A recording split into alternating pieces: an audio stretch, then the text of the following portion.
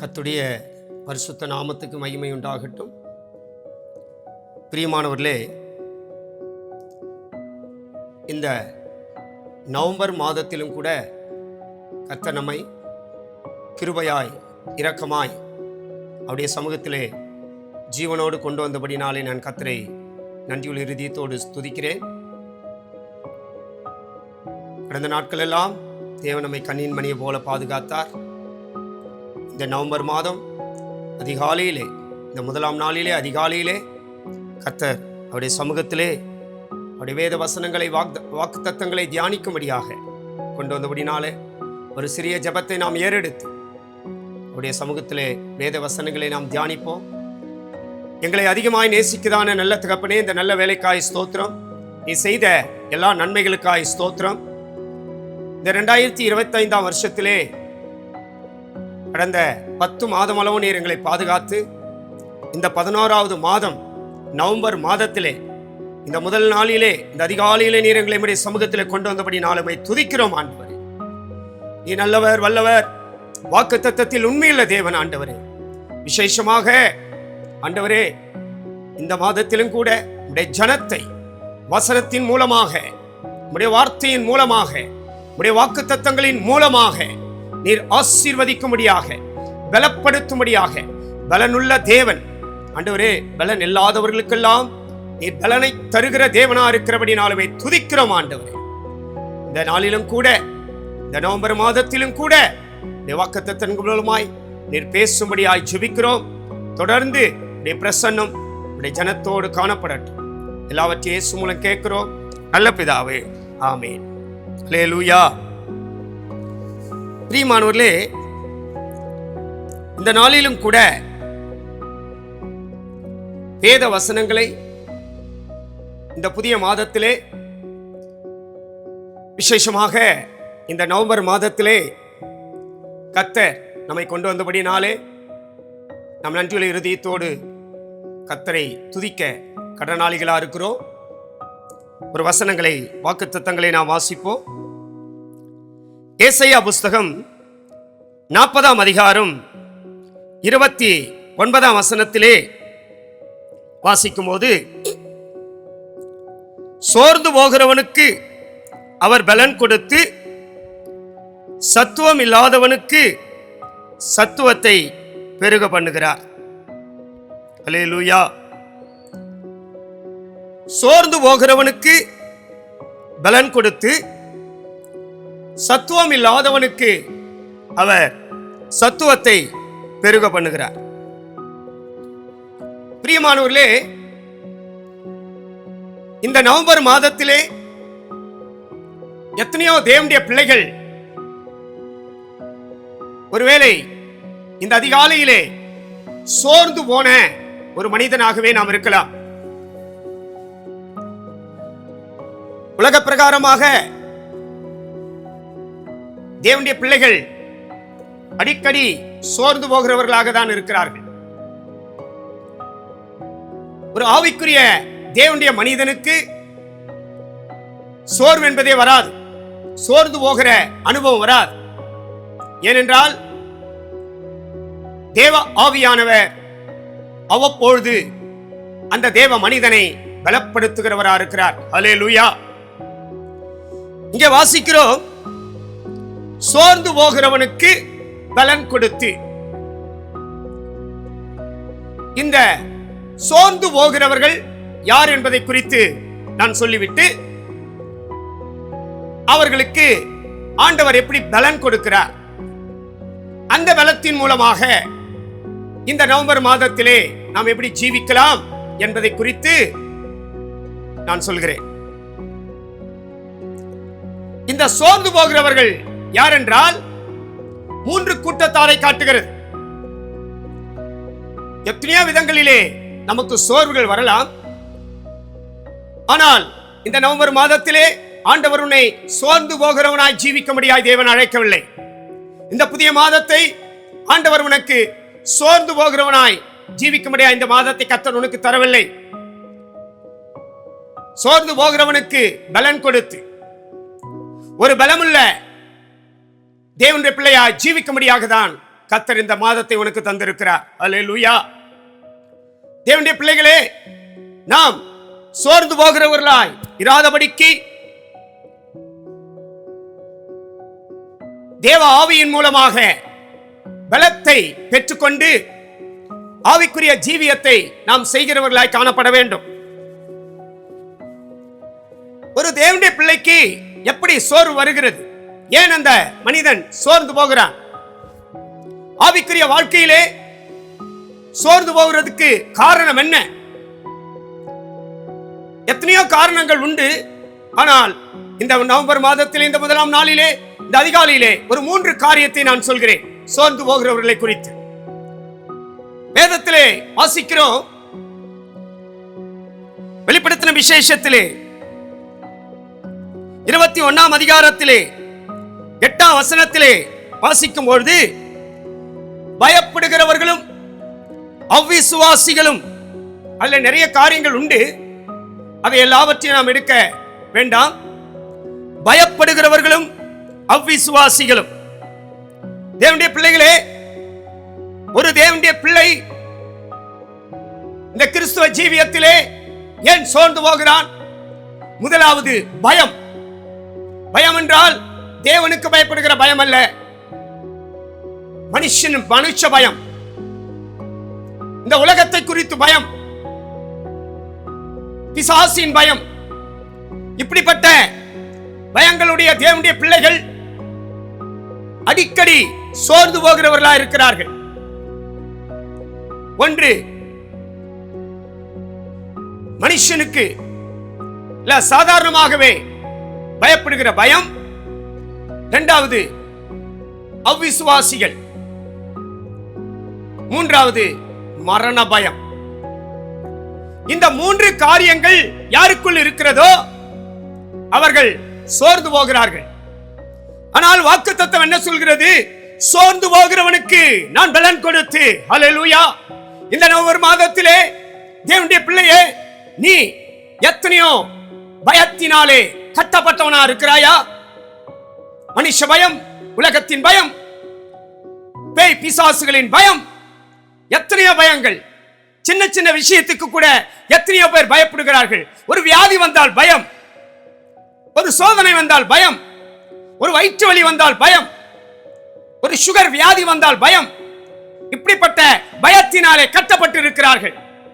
இந்த பயம் எல்லாம் இந்த நவம்பர் மாதத்திலே இயேசுவின் நாமத்தினாலே ஆண்டவர் உன் குடும்பத்திலே எத்தனை பேர் இப்படி பயந்து கொண்டிருக்கிறீர்களோ, இந்த பயத்தை நசனாகிய இயேசுவின் நாமத்தினாலே, in the name of Jesus, binding in the master, எல்லா பயங்களையும் ஆண்டவர் துரத்துவாராக.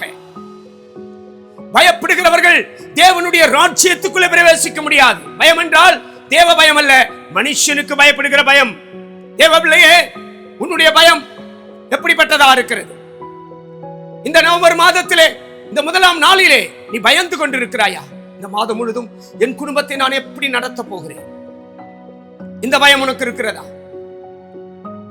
எல்லா பயத்தின் ஆவிகள், பேய் பிசாசுகளின் பயத்தின் ஆவிகள். சில நபருக்கு ஏதாகிலும் கருப்பாய் கண்டால் பயம், இருட்டை கண்டால் பயம், எதை கண்டாலும் பயம். சில மனுஷர்கள் நடு ராத்திரியிலே எழும்பி போக முடியாத அளவுக்கு பயங்கள். நீ ரட்சிக்கப்பட்டிருக்கிறாய், ஞானஸ்தானம் எடுத்திருக்கிறாய், அபிஷேகத்தை பெற்றிருக்கிறாய், ஆனால் இந்த பயம் இன்னும் முன்னை விட்டு போகாமலே இருக்கிறதே. எப்படி தேவனுடைய ராஜ்யத்துக்குள்ள நீ பிரவேசிக்க முடியும்? வெளிப்படுத்தின விசேஷம் சொல்கிறது, பயப்படுகிறவர்கள் தேவனுடைய ராஜ்யத்துக்குள்ள பிரவேசிக்க முடியாது. கந்தகமும் அக்கினியும் எரிகிற அக்கினி கடலிலே தள்ளப்படுவார்கள். ஆண்டவர் உனக்கு பயமுள்ள ஆவியை தராமல் பலமுள்ள ஆவியை தந்திருக்கிறார்.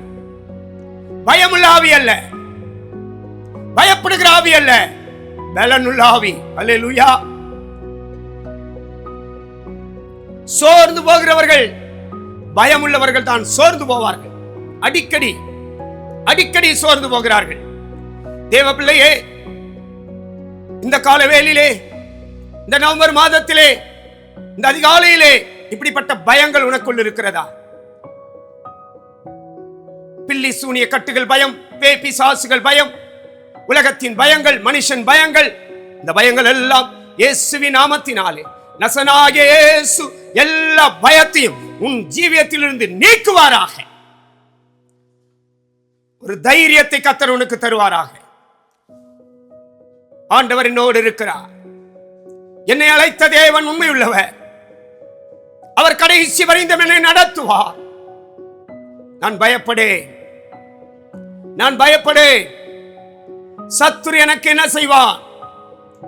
தேவனுடைய பிள்ளைகளே, உனக்குள்ளே இப்படிப்பட்ட பயங்கள் இருந்தால் இந்த காலவேளையில் அந்த பயத்திலிருந்து நீ விடுதலையாக்கப்படுவாயாக. முதலாவது, சோர்ந்து போகிறவர்கள் என்பது பயமுள்ள ஆவி உள்ளவர்கள். மனுஷ பயம், உலகத்தின் பயம் உள்ளவர்கள் சோர்ந்து போகிறார்கள். இரண்டாவது, யார் சோர்ந்து போகிறார்கள் என்றால், வெளிப்படுத்தின விசேஷத்திலே சொல்லப்பட்டபடி அவ்விசுவாசிகள். ஆண்டவர் சொல்கிறார், நீ அவ்விசுவாசியாயிராமல் விசுவாசியாயிருக்கும்படியாக தான் தேவன் உன்னை ரட்சித்தார். எதற்காக சோர்ந்து போகிறாய்? அவிசுவாசிகள் தான் அடிக்கடி சோர்ந்து போவார்கள். ஏனென்றால் அவர்களுக்கு விசுவாசம் இல்லை. மனம் திரும்பி ஞானஸ்தானம் எடுத்த ஒரு தேவனுடைய பிள்ளையின் பேர் என்ன? விசுவாசி. அவன் விசுவாசம் யார் மேல இருக்க வேண்டும்? தேவன் மேலதான் இருக்க வேண்டும். தேவனுடைய பிள்ளையே, உன்னுடைய விசுவாசம் எப்படிப்பட்டதா இருக்கிறது? விசுவாசிக்கிறவன் பதறான். எத்தனையோ தேவனுடைய பிள்ளைகள் அவிசுவாசிகளாக தான் சபைக்குள்ள வருகிறார்கள், அவிசுவாசியாக தான் போகிறார்கள். அவிசுவாசி என்றால் என்ன? விசுவாசம் இல்லை. கர்த்தர் என்னை நடத்துவார், கர்த்தர் எனக்கு செய்வார், கர்த்தர் என்னை ஆசீர்வதிப்பார், கர்த்தர் என்னுடைய ஜீவியத்திலே எல்லாவற்றையும் தருவார். இப்படிப்பட்ட விசுவாசங்கள் இல்லை. அவிசுவாசிகளாகவே, அந்நிய ஜனங்களாகவே, அந்நிய ஜனங்களைப் போல பேசுகிறார்கள். விசுவாசம் இல்லாத வார்த்தை. என்ன வார்த்தை?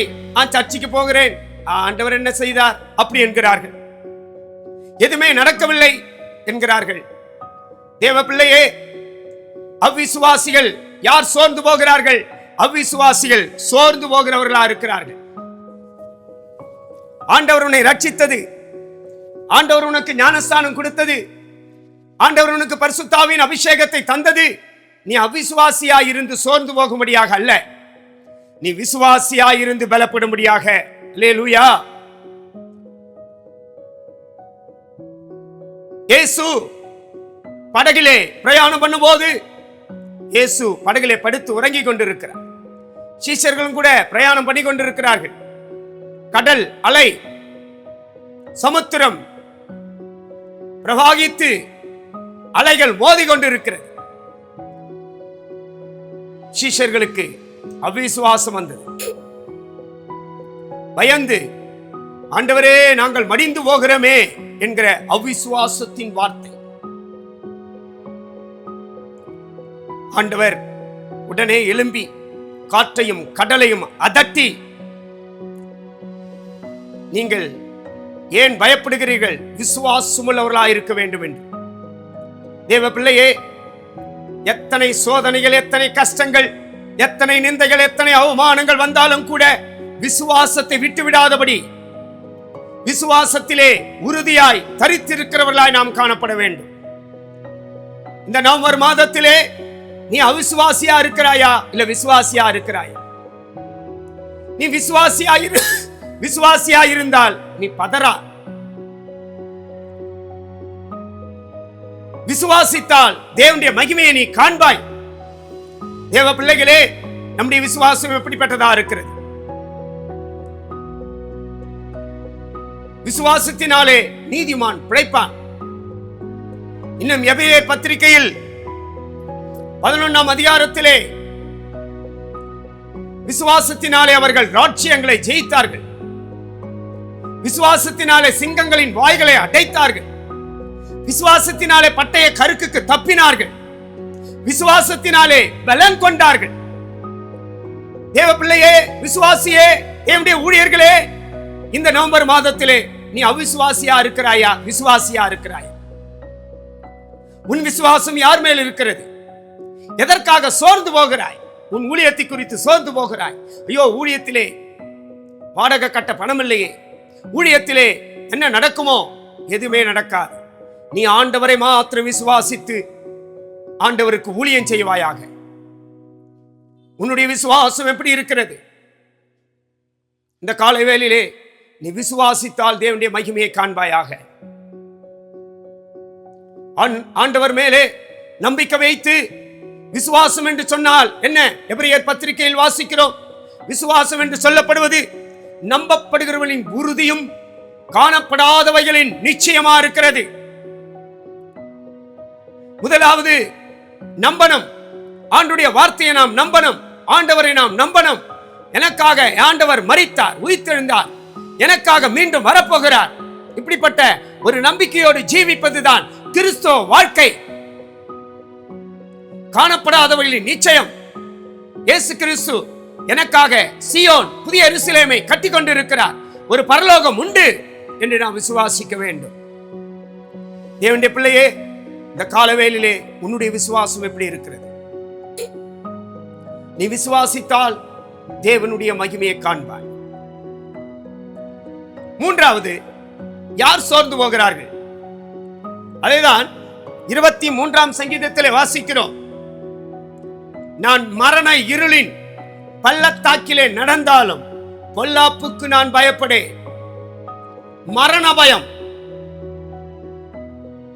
முதலாவது பயம், அது மனுஷ பயம், உலகத்தின் பயம். இரண்டாவது அவிசுவாசிகள். மூன்றாவது மரண பயம். அதான் சங்கீதக்காரன் சொல்கிறார், நான் மரண இருளின் பள்ளத்தாக்கிலே நடந்தாலும் பொல்லாப்புக்கு பயப்படேன். தேவரே, நீர் என்னோட கூட இருக்கிறீர், உமது கோலும் உமது தடியும் என்னை தேற்றும் என்று சொல்கிறார். தேவ பிள்ளையே, இந்த நவம்பர் மாதத்திலே மரண பயத்தினாலே நீ கட்டப்பட்டவனா இருக்கிறாயா? மரண பயம் உன் குடும்பத்தை ஆட்டி படைத்துக் கொண்டிருக்கிறதா? என் தேவன் என்னோடு இருக்கிறார் என்று நீ விசுவாசிப்பாயாக. உமது கோலும் உமது தடியும் என்னை தேற்றும். தேவரே, நீர் என்னோடு கூட இருக்கிறீர், நான் பயப்படேன். மரண பயம், நான் செத்து போவேனோ, நான் மரித்து போவேனோ, ஐயோ எனக்கு இந்த வியாதி வந்து நான் மரித்து போவேனோ, இந்த பயத்தினாலே நீ கட்டப்பட்டு இருக்கிறாயா? மரண பயத்தை உன் குடும்பத்தில் இருந்து ஆண்டவர் தூக்கி வெளியே வீசுவாராக. நவம்பர் மாதத்திலே எல்லா மரண பயங்களில் இருந்து உன்னை கர்த்தர் விடுதலை ஆக்குகிறார். தேவ பிள்ளையே, சோர்ந்து போகிறவன் என்று சொல்வது யார்? சோர்ந்து போகிறார்கள் மனுஷ பயத்தினாலும் அவிசுவாசிகளாய் இருக்கிறவர்கள். மூன்றாவது மரண பயத்தில் இருக்கிறவர்கள். இந்த மூன்று காரியங்கள் யாருக்குள் இருக்கிறதோ அவர்கள் அடிக்கடி சோர்ந்து போவார்கள். நீ சோர்ந்து போகிறவனா இருக்கக்கூடாது. இந்த நவம்பர் மாதத்திலே நீ சோர்ந்து போக கூடாது. உன் குடும்பமும் உன் ஊழியமும் ஊழியர்களும் விசுவாசிகளும் எழும்பி நிற்கிறவர்களாய் காணப்பட வேண்டும். விசுவாசியே, நீ பதறாதே என்றுதான் சொல்கிறார். உன் விசுவாசத்தை நீ காத்துக் கொள்வாயாக. நாம் எழும்பி நிமிர்ந்து நிற்கிறவர்களாய் காணப்பட வேண்டும். அதனாலதான் மடிமாய் அந்த ஏசாயா 40ஆம் அதிகாரம் 29ஆம் வசனத்திலே சோர்ந்து போகிறவனுக்கு அவர் பலன் கொடுத்து. சோர்ந்து போகிறவர்கள் என்று சொல்வது பயத்தின் ஆவி, அவிசுவாசிகள், மரண பயம் உள்ளவர்கள். இந்த சோர்ந்து போகிற நமக்கு இந்த நவம்பர் மாதத்திலே பலன் கொடுக்கிறார். எப்படிப்பட்ட பலன்? இதைதான் அப்போஸ்தலர் நடபடிகள் 1ஆம் அதிகாரம் 8ஆம் வசனத்தில் நாம் படிக்கும்போது, பரிசுத்த ஆவி உங்களிடத்தில் வரும்போது நீங்கள் பலன் அடைந்து. பரிசுத்த ஆவியின் மூலமாக இந்த நவம்பர் மாதத்திலே சோர்ந்து போய் கொண்டிருக்கிற, அவிசுவாசியா இருக்கிற, மரண பயத்தில் இருக்கிற, மனுஷ பயத்திலே, உலக பயத்தில் இருக்கிற, பேய் பிசாசுகளினாலே பயந்து இருக்கிற உனக்கு பரிசுத்த ஆவியானவர் ஒரு பலத்தை கொடுக்கிறார். ஹல்லேலூயா. அந்த பலன் உன்னை சக்தி உள்ள மனுஷனாய் மாற்றுகிறது. பயப்படாதே. சோர்ந்து போகிறவனுக்கு இரண்டாவது பலன் கொடுக்கிறார். அந்த பலன் என்பது எப்படிப்பட்ட பலன்? சாதாரணமான பலன் காது, சாதாரணமான பலன் அல்ல. அது சாட்சியாய் உன்னை ஜீவிக்க வைக்கிற பலன். நீ சாட்சியாய் ஜீவிக்க கர்த்தர் உன்னை பலப்படுத்துகிறார். கடந்த மாதத்திலே ஒருவேளை நீ சோர்ந்து போய் கீழே விழுந்து விழுந்து நடந்தாய், சாட்சி இல்லாமல் நடந்தாய். ஆனால் இந்த நவம்பர் மாதத்திலே சோர்ந்து போய் இருக்கிற உன்னை கர்த்தர் கரம் பிடித்து தூக்கி எடுத்து பரிசுத்த ஆவியின் அபிஷேகத்தினால் உன்னை பலப்படுத்தி, பரிசுத்த ஆவி உங்களிடத்தில் வரும்பொழுது, அப்போஸ்தலர் நடபடிகள் 1 அதிகாரம் 8 நாம் படிக்கும் பொழுது, பரிசுத்த ஆவி உங்களிடத்தில் வரும்பொழுது நீங்கள் பலன் அடைந்து, அது என்ன பலன்? மனுஷ பலன் அல்ல, உலக பலன் அல்ல, வேற பலன் அல்ல. பரிசுத்த ஆவியானவர், திருத்துவ தேவன், 3வது ஆழ்த்தத்துவமா இருக்கிற பரிசுத்த ஆவியின் மூலமாக ஒரு பலனை கர்த்தர் அனுப்புகிறார். ஹல்லேலூயா. தேவ பிள்ளையே, பரலோகத்தில் இருந்த அந்த பலன் உனக்கு வருகிறது. எப்படிப்பட்ட பலன்? சாதாரணமான பலன் காது, அது சாதாரணமான பலன் அல்ல. அது பரிசுத்த ஆவியானவர் அனுப்புகிற பலன். அந்த பலன் உன்னுடைய ஆவி, ஆத்துமா, சரீரத்தை பலப்படுத்துகிறது. அந்த பலன் உன்னை சாட்சி உள்ளவனாய் மாற்றுகிறது. என்னை பலப்படுத்துகிற கிறிஸ்துவினாலே, அப்போஸ்தலனாகிய பவுல் சொல்கிறார், என்னை பலப்படுத்துகிற கிறிஸ்துவினாலே எல்லாவற்றையும் செய்ய எனக்கு பலன் உண்டு. இந்த மாதத்திலே, இந்த நவம்பர் மாதத்திலே, சுவாசிகளே, ஊழியர்களே, எல்லாரும் சொல்லுங்கள், நான் இந்த மாதத்திலே சோர்ந்து போக மாட்டேன். என்னை பலப்படுத்துகிற கிறிஸ்துவினாலே, என்னை பலப்படுத்துகிற பரிசுத்த ஆவியினாலே, என்னை பலப்படுத்துகிற தேவனாலே நான் எல்லாவற்றையும் செய்ய எனக்கு பலன் உண்டு. இயேசு கிறிஸ்து கூட கெத்செமனே தோட்டத்திலே அவர் வேதனை அதிகமாகும் போது ஒரு தூதன் வந்து, பரிசுத்த ஆவியினுடைய பலன் வந்து அவரை பலப்படுத்தினது. இன்றைக்கும் கூட இந்த நவம்பர் மாதத்திலே நீ சோர்ந்து போகாதே, நீ பலவீனப்பட்டு போகாதே. உன் சரீரம் பலவீனமா இருக்கிறதா? கர்த்தர் உன்னை பலப்படுத்துவார், கர்த்தர் உன்னை தைரியப்படுத்துவார். சோர்ந்து போகாதே, சோர்ந்து போகாதே. சோர்ந்து போகிற உனக்கு அவர் பலன் கொடுக்கிறார். அதே அப்போஸ்தலர் 1 அதிகாரம் 8 சோர்ந்து பரிசுத்த ஆவி உங்களிடத்தில் வரும்போது பலன் அடைந்து எப்படி இருப்பார்களாம்? 4 இடங்களிலே சாட்சிகளாய் அவர்கள் ஜீவிப்பார்கள். யாருக்கு? எனக்கு, தேவனுக்கு. முதலாவது எருசலேம், 2வது யூதேயா, 3வது சமரியா, 4வது பூமியின் கடைசி பரியந்தம். பிரியமான தேவனுடைய பிள்ளையே, போன மாதத்திலே ஒருவேளை நீ சாட்சி இல்லாமல் எல்லாரும் உன்னை தூஷித்து, எல்லாரும் உன்னை நிந்தித்து, எல்லாரும் உன்னை தள்ளி, எல்லாரும் உன்னை அவமானப்படுத்தி இருக்கலாம். ஆனால் இந்த நவம்பர் மாதத்திலே கர்த்தர் சொல்கிறார், சோர்ந்து போகிற உனக்கு நான் பலன் கொடுத்து, அந்த பலத்தின் மூலமாக நீ எனக்காக சாட்சியாய் ஜீவிக்க போகிறாய். உன் குடும்பத்திலே, எல்லா இடங்களிலே. முதலாவது அந்த அப்போஸ்தலர் 1:8 சொல்லப்பட்டபடி எருசலேமிலே, எருசலேம் என்பது சபையிலே சாட்சி. இந்த மாதத்திலே அந்த பரிசுத்த ஆவியினுடைய பலத்தினாலே சபையிலே ஆண்டவர் உன்னை சாட்சி உள்ள மகனாய் மாற்றுவாராக. உன் சத்துருக்கள் ஆச்சரியப்படுவார்கள். உன்னை வேண்டாம் என்று தள்ளினவர்கள் மறுபடியும் சபைக்குள்ளே உன்னை கூப்பிடுவார்கள். அப்படிப்பட்ட சாட்சியை கர்த்தர் உனக்கு தரப்போகிறார். அப்படிப்பட்ட ஒரு பலத்தை கர்த்தர் உனக்கு தரப்போகிறார். எருசலேம் என்பது சபையில் உள்ள சாட்சி. சபையிலே யார் யார் உன்னை வேண்டாம் என்று சொன்னார்களோ, சபையிலே யார் யார் உன்னை தள்ளினார்களோ, சபையிலே யார் யார் உன்னை புறக்கணித்தார்களோ, சபையிலே யார் யார் உன்னை நிந்தித்தார்களோ, சபையிலே யார் யார் உன்னை அவமானப்படுத்தினார்களோ, சபையிலே யார் யார் உன்னை கண்டு பரியாசம் பண்ணினார்களோ, சபையிலே யார் யார் உன்னை கண்டு வேண்டாம் என்று சொன்னார்களோ, அவர்கள் எல்லாரும் உன்னை மறுபடியுமாய் கூப்பிட போகிறார்கள். ஏனென்றால் சோர்ந்து போயிருக்கிற உனக்கு அவர் பலன் கொடுத்து, அந்த பலன் மனுஷன் கொடுக்கிற பலன் அல்ல, பரிசுத்த ஆவியினாலே உண்டாகிற பலன். என்னை பலப்படுத்துகிற கிறிஸ்துவினாலே எல்லாவற்றையும் செய்ய எனக்கு பலன் உண்டு.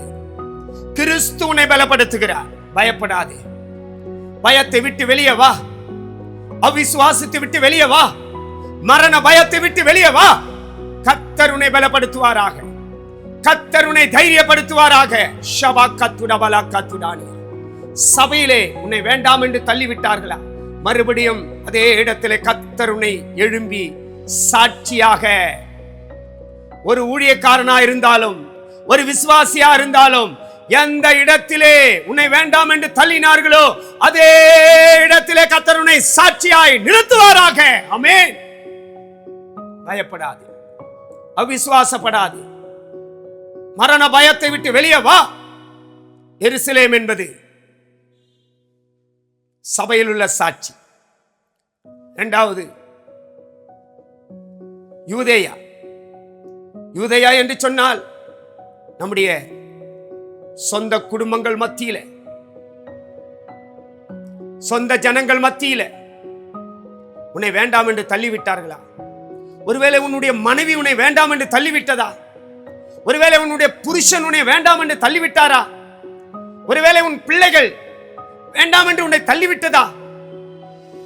ஒருவேளை உன் புருஷன் உன்னை வேண்டாம் என்று டைவர்ஸ் பண்ணிவிட்டாரா? ஒருவேளை உன்னுடைய மனைவி வேண்டாம் என்று உன்னை தள்ளிவிட்டதா? இந்த மாதத்திலே அதே மனைவி உன்னை மறுபடியும் சாட்சியாய் கூப்பிடும் நாள் வருகிறது. அதே புருஷன் உன்னை சாட்சியாய் கூப்பிடும் நாள் வருகிறது. அதே பிள்ளைகள் உன்னை சாட்சியாய் கூப்பிடும் நாள் வருகிறது. நீ பயப்படாதே. பயத்தை குறித்து, மரண பயத்தை குறித்து அவிசுவாசப்படாதே. அதையெல்லாம் வெளியே வா. ஆண்டவர் சோர்ந்து போகிற உனக்கு பலன் கொடுத்து, பரிசுத்த ஆவியினாலே கர்த்தர் உன்னை பலப்படுத்தி, இந்த நவம்பர் மாதத்திலே உன் குடும்பத்திலே கர்த்தர் உன்னை சாட்சியாய் வைப்பாராக. ஹல்லேலூயா. குடும்பத்திலே உன்னை நட்சத்திரமாய் பிரகாசிக்க பண்ணுவாராக. குடும்பத்திலே சாரோனின் ரோஜாவாய் மாற்றுவாராக. ஒரு வாசனை உள்ள புஷ்பமாய் கர்த்தர் உன்னை மாற்றுவாராக. புருஷனே, மனைவிகளே, பிள்ளைகளே, பயப்படாதிருங்கள். கர்த்தர் இந்த நவம்பர் மாதத்திலே குடும்ப ஜீவியத்திலே ஒரு சாட்சியை கர்த்தர் தருகிறார். எத்தனை போராட்டங்கள், எத்தனை நிந்தைகள் வந்தாலும் குடும்பத்திலே உன்னை பலப்படுத்தி, தைரியப்படுத்தி ஒரு பெரிய சாட்சி உள்ள ஜீவியத்தை கர்த்தர் உனக்கு செய்ய விரும்புகிறார். சமரியா. அந்நிய ஜனங்கள் மத்தியிலே உனக்கு சாட்சி இல்லையா? அந்நிய ஜனங்கள் உன்னை தூஷித்துக் கொண்டிருக்கிறார்களா? இவன் ஊழியனா, இவன் விசுவாசியா, இவன் கிறிஸ்தவனா என்று நீ சோர்ந்து போனாயா? ஊழியர்களே, அந்நிய ஜனங்கள் மத்தியிலே ஊழியம் செய்யாதபடிக்கு நீ கீழே விழுந்து போனாயா? கீழே விழுந்து போகிறதுக்காக, விழுந்து போன தாவீதின் கூடாரத்தை மறுபடியுமாக எடுப்பித்து நிறுத்துகிறவர் தான் பரிசுத்த ஆவியானவர். ஹல்லேலூயா. பரிசுத்த ஆவியானவர் இந்த நவம்பர் மாதத்திலே விழுந்து போய் இருக்கிற ஊழியர்களே, விழுந்து போய் இருக்கிற விசுவாசிகளே, அந்நிய ஜனங்கள் மத்தியிலே உன் ஊழியத்தை மறுபடியும் எடுப்பித்து நிறுத்துவாராக. அந்த பரிசுத்த ஆவியின் பலத்தை கர்த்தர் உனக்கு தருகிறார். அந்நிய ஜனங்கள் மத்தியில போய் ஊழியம் செய்யுங்க. அந்நிய ஜனங்கள் மத்தியில சாட்சிகளா ஜீவிங்க. கர்த்தர் உன்னை பலப்படுத்துகிறார். நான் விசுவாசிக்கிறவர் இன்னார் என்று நான் அறிந்திருக்கிறேன். நான் பதறேன், பயப்படேன். அந்நிய ஜனங்கள் மத்தியிலே என்னால் தலை தூக்கி நடக்க முடியவில்லை என்று சொல்கிறாயா? அதே அந்நிய ஜனங்கள் மத்தியிலே, அதே சமரியாவிலே உன்னை கர்த்தர் தூக்கி நிறுத்துவாராக. ஹல்லேலூயா. ஒரு சாட்சியாய் மாற்றுவாராக, பலன் கொடுப்பாராக. சோர்ந்து போகிற உனக்கு சோர்ந்து போகாதே. இந்த நவம்பர் மாதத்தில் உன்னை கொண்டு கர்த்தர் பெரிய பெரிய காரியங்களை செய்ய போகிறார். மூன்றாவது சமரியாவிலே சாட்சி. நான்காவது, பூமியின் கடைசி பரிந்தும் எனக்கு சாட்சிகளாய் இருப்பீர்கள் என்று சொன்னார். பூமியின் கடைசி பரிந்தும் என்று சொன்னார். இயேசு கிறிஸ்துவினுடைய வருகை மட்டும், மரணம் மட்டும் இந்த ஆவிக்குரிய ஜீவியத்திலே கர்த்தர் உன்னை சாட்சியாய் மாற்ற போகிறார். எத்தனை பேர் விசுவாசிக்கிறீங்க? சோர்ந்து போகிற உனக்கு அவர் பலன் கொடுத்து இந்த நவம்பர் மாதத்திலே, அதான் சகரியா புஸ்தகத்திலே 4ஆம் அதிகாரத்திலே, பலத்தினால் அல்ல, பராக்கிரமத்தினால் அல்ல, என்னுடைய ஆவினாலே எல்லாம் ஆகும். ஹல்லேலூயா. அந்த ஆவிதான் பரிசுத்த ஆவி. அந்த பரிசுத்த ஆவியானவர் இந்த நவம்பர் மாதத்தில் இந்த அதிகாலையிலே கர்த்தர் உன் ஆவி, ஆத்துமா, சரீரத்தை பலப்படுத்துவாராக, உயிர்ப்பிப்பாராக. நீ பயப்படாது. சோர்ந்து போய் கொண்டிருக்கிறாயா? சோர்ந்து போய் நீ படுத்துக் கொண்டிருக்கிறாயா? பயப்படாது. கர்த்தர் உன்னை பலப்படுத்துகிறார். மரண பயத்தினால் இருக்கிறாயா? அந்த பிசாசை ஜெயிப்பாயாக. மரண பயமாயின பிசாச ஜெயிப்பாயாக, அவிசுவாசమైన பிசாச ஜெயிப்பாயாக, மனுஷ பயమైన பிசாச ஜெயிப்பாயாக. தேவனுடைய பிள்ளையே, இப்படிப்பட்ட ஜெயத்தை கர்த்தர் உனக்கு வைத்திருக்கிறார். மறுபடியுமாக அந்த ஏசாயா 40ஆம் அதிகாரம் 29ஆம் வசனத்திலே முதல் காரியம், சோர்ந்து போகிறவனுக்கு நான் பலன் கொடுத்து, இரண்டாவது, சத்துவம் இல்லாதவனுக்கு நான் சத்துவத்தை பெருக பண்ணுகிறவர். ஹல்லேலூயா. சத்துவம் என்று சொல்வதனுடைய டிரான்ஸ்லேஷன் என்ன? சத்துவம் இல்லாதவனுக்கு. இதை ஆவிக்குரிய பிரகாரமாக ஒரு வெளிப்படுத்தலாக நான் சொல்கிறேன், ரெவலேஷனாக. சத்துவம் இல்லாதவனுக்கு சத்துவத்தை பெருக பண்ணுகிறார். இந்த சத்துவம் என்பதை இந்த இடத்திலே தேவ ஞானம் என்று நாம் படிக்கலாம். சத்துவம் என்கிற வார்த்தை தேவ ஞானம். தேவ ஞானம் இல்லாதவனுக்கு தேவ ஞானத்தை நான் பெருக பண்ணுகிறேன். அதான் சத்துவம் இல்லாதவனுக்கு நான் சத்துவத்தை பெருக பண்ணுகிறேன். ஹல்லேலூயா. அதனாலதான் நீதிமொழிகள் 9ஆம் அதிகாரம் முதல் 5 வசனத்தை நாம் படிக்கும்பொழுது, ஞானம் தன் வீட்டை கட்டி 7 தூண்களை சித்திரம் தீர்த்து, போஜன பந்தியை ஆயத்தப்படுத்தி, திராட்சரசத்தை வார்த்து வைத்து, கொழுத்த ஜந்துக்களை அடித்து, மேடையின் மேல் நின்று கூப்பிட்டு, எவன் புத்தியினனோ, எவன் ஞானமல்லவோ அவன் இவ்விடத்தில் வர கடவன். அல்லேலூயா. தேவ பிள்ளையே, உனக்கு ஞானமே இல்லையா? ஞானமுள்ள ஸ்திரியாய், ஞானமுள்ள மகனாய், ஞானமுள்ள ஒரு மனுஷியாய், ஞானமுள்ள ஒரு விசுவாசியாய், ஞானமுள்ள ஒரு ஊழியக்காரனாய் இந்த நவம்பர் மாதத்தில் கர்த்தர் உனக்கு ஞானத்தை பெருக பண்ணுவார். சத்துவம் இல்லாதவனுக்கு சத்துவத்தை நான் பெருக பண்ணுகிறவர். அதனாலதான் 1 கொரிந்தியர் 1ஆம் அதிகாரம் 31ஆம் வசனத்தில் நான் வாசிக்கும் பொழுது, அவரே தேவனால் நமக்கு ஞானமும் நீதியும் பரிசுத்தமும் மீட்புமானார். அவரே என்று சொன்னார். தேவனால், பிதாவால், அவரே இயேசு கிறிஸ்து. இயேசு கிறிஸ்துவே நமக்கு ஞானமா இருக்கிறார். தேவனுடைய பிள்ளைகளே, இந்த ஞானத்தை எத்தனை பேர் பெற்றுக் கொள்கிறீங்க? மனுஷ ஞானம் அல்ல. இந்த நவம்பர் மாதத்திலே மனுஷ ஞானம் உன்னை பலப்படுத்தாது. சத்துவம் இல்லாதவனுக்கு சத்துவத்தை நான் பெருக பண்ணுகிறேன். சத்துவம் என்கிற வார்த்தைக்கு டிரான்ஸ்லேஷன், ஆவிக்குரிய அர்த்தத்தை நான் ஒரு வெளிப்படுத்தலாய் சொல்லும் போது, ஞானம் அது தேவ ஞானம். தேவ ஞானம் இல்லாதவனுக்கு தேவ ஞானத்தை நான் பெருக பண்ணுகிறேன். சத்துவம் இல்லாதவனுக்கு சத்துவத்தை நான் பெருக பண்ணுகிறேன். தேவ ஞானம் இல்லாதவனுக்கு தேவ ஞானத்தை நான் பெருக பண்ணுகிறேன். ஹல்லேலூயா. நீதிமொழிகள் 9ஆம் அதிகாரத்திலே ஞானம் தன் வீட்டை கட்டி, எந்த வீடு? நாவி, ஆத்மா, சரீரம் ஒரு ஆவிக்குரிய வீடா இருக்கிறது. அந்த வீட்டை நீ கட்ட வேண்டுமானால் தேவ ஞானம் வேண்டும். அந்த தேவ ஞானத்தை இந்த நவம்பர் மாதத்திலே கர்த்தர் பெருக பண்ணுகிறார். உனக்கு குறைந்த சம்பளம் தான். அந்த குறைந்த சம்பளத்திலேயே உன் வீட்டை கட்ட வேண்டுமா? உன் வீட்டை போஷிக்க வேண்டுமா? உன் வீட்டை பராமரிக்க வேண்டுமா? அந்த ஞானத்தை கர்த்தர் இன்றைக்கு உனக்கு தருகிறார். ஞானம் தன் வீட்டை கட்டி. உன் சபையிலே ஊழியர்களே, கொஞ்சம் தான் காணிக்கை வருகிறதா? கொஞ்சம் தான் தசமபாகம் வருகிறதா? அந்த தசம பாகத்தில், அந்த காணிக்கையிலே உன் ஊழியத்தை நீ நடத்த வேண்டுமா? ஊழியர்களே, பயப்படாதிருங்கள். ஆண்டவர் உனக்கு ஞானமுள்ள கிருபையை கர்த்தர் உனக்கு தருகிறார்.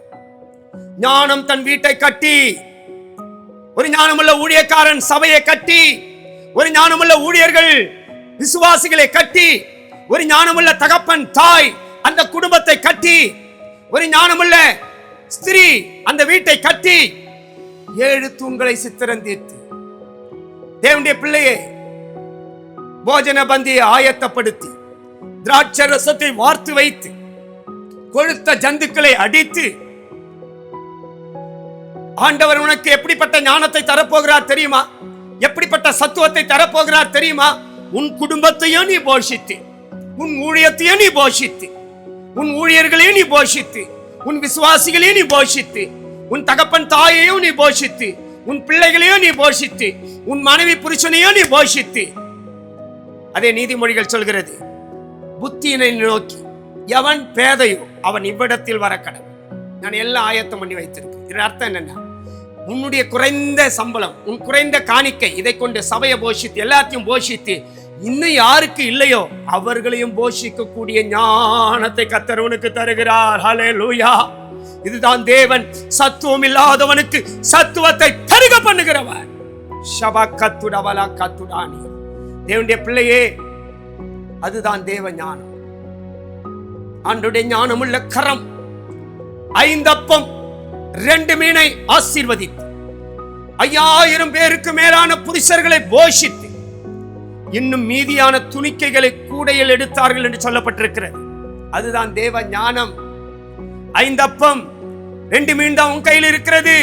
நீ ஒரு சிறியவன் தான், ஒரு சிறிய சம்பளம் தான், ஒரு சிறிய குடும்பம் தான், சிறிய ஊழியம் தான், சிறிய ஊழியர்கள் தான், சிறிய காணிக்கை தான், சிறிய தசமபாகம் தான். ஆனால் உன்னை உயர்த்த போகிறார். ஒரு பரம ஞானத்தை கர்த்தர் உனக்கு தரப்போகிறார். ஞானமுள்ள ஸ்திரியாய், மகனாய், மகளாய், ஊழியராய், ஊழியர்களாய் கர்த்தர் உன்னை மாற்ற போகிறார். இந்த நவம்பர் மாதத்திலே எத்தனை பேர் விசுவாசிக்கிறீங்க? உன் ஊழியம் ஒரு பெரிய அளவில் ஆசீர்வதிக்கப்பட போகுது. உன்னுடைய ஊழியங்கள் ஒரு பெரிய சபையாய் மாற போகிறது. உன் குடும்பம் உன்னை பெரிய லெவல்ல கர்த்தர் கொண்டு போக போகிறார். அதற்கு தேவ ஞானம் தேவை. ஞானமுள்ள ஸ்திரியாய் நாம் மாற்றப்பட வேண்டும். தேவனுடைய பிள்ளையே, 5 அப்பம் 2 மீனை ஆசீர்வதித்த தேவன் இந்த மாதத்தில் உன் குடும்பத்தை கர்த்தர் ஆசீர்வதிப்பாராக. உன் ஊழியத்தை கர்த்தர் ஆசீர்வதிப்பாராக. நம்முடைய கண்களை நாம் மூடுவோம். ஏசாயா 40 அதிகாரம் 29ஆம் வசனத்திலே சொல்லப்பட்டது, சோர்ந்து போகிற உனக்கு கர்த்தர் பலன் கொடுக்கிறார். சத்துவம் இல்லாத உனக்கு சத்துவத்தை பெருக பண்ணுகிறார். நாங்கள் ஜெபிக்கும் போது உங்கள் ஊழியங்கள், உங்கள் சபைகள், உங்கள் ஊழியர்கள், உங்கள் விசுவாசிகள், உங்கள் குடும்பங்கள், உங்கள் மனைவி, உங்கள் புருஷன், உங்கள் பிள்ளைகள் எல்லாவற்றையும் நிறைவாய் கர்த்தர் ஆசீர்வதிப்பாராக. ஒன்றும் குறைவில்லாதவர். சிங்கக்குட்டிகள் தாட்சியடைந்து பட்டினியாய் கிடக்கும் கர்த்தரை தேடுகிறவர்களுக்கோ ஒரு நன்மையும் குறைவுபடாது. தேவ பிள்ளையே, இந்த நவம்பர் மாதத்திலே ஒரு நன்மையும் குறைவுபடாதபடி கர்த்தரை பாதுகாப்பாராக. சோர்ந்து போவாதே. சோர்ந்து போகிறவனுக்கு பலன் கொடுத்து சத்துவம் இல்லாதவனுக்கு சத்துவத்தை கர்த்தர் பெருக பண்ணுகிறார். எங்களை அதிகமாய் நேசிக்கிறான தன் நல்ல தகப்பனே, இந்த நவம்பர் மாதத்தை உம்முடைய கரத்தில் தருகிறோம் ஆண்டவரே. இந்த எங்கெங்கே ஊழியர்கள், சபைகள், ஊழியங்கள் இருக்கிறது எல்லாவற்றையும் உம்முடைய கரத்தில் தருகிறோம் ஆண்டவரே. ஒவ்வொரு விசுவாசி குடும்பங்களையும் உம்முடைய கரத்தில் தருகிறோம் ஆண்டவரே. ஆண்டவரே, இந்த நவம்பர் மாதத்தில் நீ தந்த வாக்குத்தத்தத்தின்படி சோர்ந்து போகிறவனுக்கு நீ பலன் கொடுப்பீராக. அந்த பலன் எங்களை சாட்சிகளாய் மாற்றுகிறது. அதுதான் பரிசுத்த ஆவியினாலே உண்டாகிற பலன். அந்த பலத்தின் மூலமாக நாங்கள் சாட்சிகளாய் ஜீவித்து சத்துவம் இல்லாதவனுக்கு சத்துவத்தை பெருக பண்ணுகிறது. அந்த சத்துவம் தான் ஞானம். அதுதான் தேவ ஞானம். ஆண்டவரே, ஞானத்தில் ஒருவன் குறைவுள்ளவனாய் இருந்தால் அவன் என்னிடத்தில் கேட்க கடவன், அவனுக்கு நான் சம்பூர்ணமான ஞானத்தை தருவேன் என்று சொன்ன தேவன் ஒவ்வொரு தேவ பிள்ளைகளுக்கும், ஒவ்வொரு தேவ ஊழியர்களுக்கும், ஒவ்வொரு விசுவாசிகளுக்கும், ஒவ்வொரு குடும்பங்களுக்கும் அந்த ஞானத்தை நீ தந்து 5 அப்பம் 2 மீனை ஆசீர்வதித்த தேவன் இந்த நாளிலும் கூட உடைய பிள்ளைகளிடத்தில் இருக்கிற குறைந்த காணிக்கை, குறைந்த தசமபாகம், குறைந்த சம்பாத்தியம் எல்லாவற்றையும் நிறைவாய் நீர் ஆசீர்வதிப்பீராக. ஒரு பெரிய காரியத்தை செய்ய முடியாது. எல்லாவற்றையும் இயேசு மூலம் கேட்கிறோம் நல்ல பிதாவே. ஆமென்.